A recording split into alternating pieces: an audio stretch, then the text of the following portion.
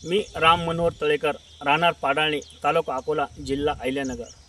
मित्रांनो, आमचा हा भात शेतीचा परिसर गेल्या 8 ते 10 वर्षापासून महाराष्ट्र शासनाच्या कृषी विभागाच्या मार्गदर्शनाने, जिल्ह्याचे जिल्हा अधीक्षक कृषी अधिकारी माननीय श्री सुधाकर बोराळे साहेब यांच्या मार्गदर्शनाने आम्ही 10 वर्षापूर्वी 4 सूत्री पद्धतीने लागवड सुरू केली। आणि आपण बघू शकता, आज माझ्या गावामध्ये 100% इंद्रायणी एक गाव एक वाण अंतर्गत 100% इंद्रायणी भाताची लागवड केलेली आहे। आणि माझं गाव, माझ्या गावाच्या जवळजवळ 8 ते 10 गावांमध्ये हा इंद्रायणी भाताचा प्रयोग सक्सेस झालेला आहे।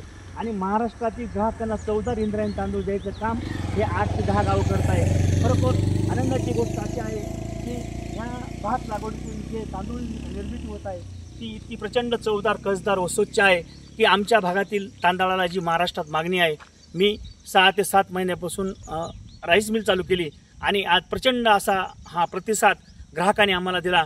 महाराष्ट्रातील नगर जिल्ह्यातील, अहिल्यानगर जिल्ह्यातील सर्व भात इंद्रायणी भात ग्राहकांना मी त्यांचा आभार मानतो। कारण ह्या शेतकऱ्याचा जो माल आहे तो आपण योग्य भावात, चांगल्या भावात घेत आहे।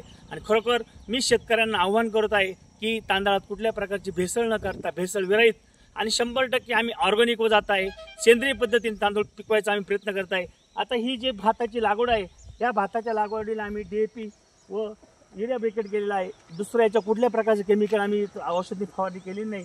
आणि भाताची आज 40 ते 50 फुटवे झालेले आहे। बरोबर 2 महिने 60 दिवस आणि 2 दिवसाचे हे भात आहे। तरी माझ्या सर्व ग्राहकांना, माझ्या सर्व व्यापारी मित्रांना विनंती आहे की 2.5 ते 3 हजार एकर व हा जो इंद्रायणी तांदळाची लागवड झालेली आहे, इंद्रायणी भाताची लागवड झालेली आहे, येणाऱ्या सीझनमध्ये प्रचंड उत्पन्न भेटणार आहे।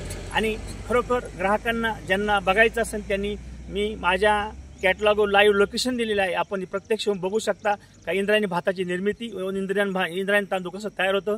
धन्यवाद।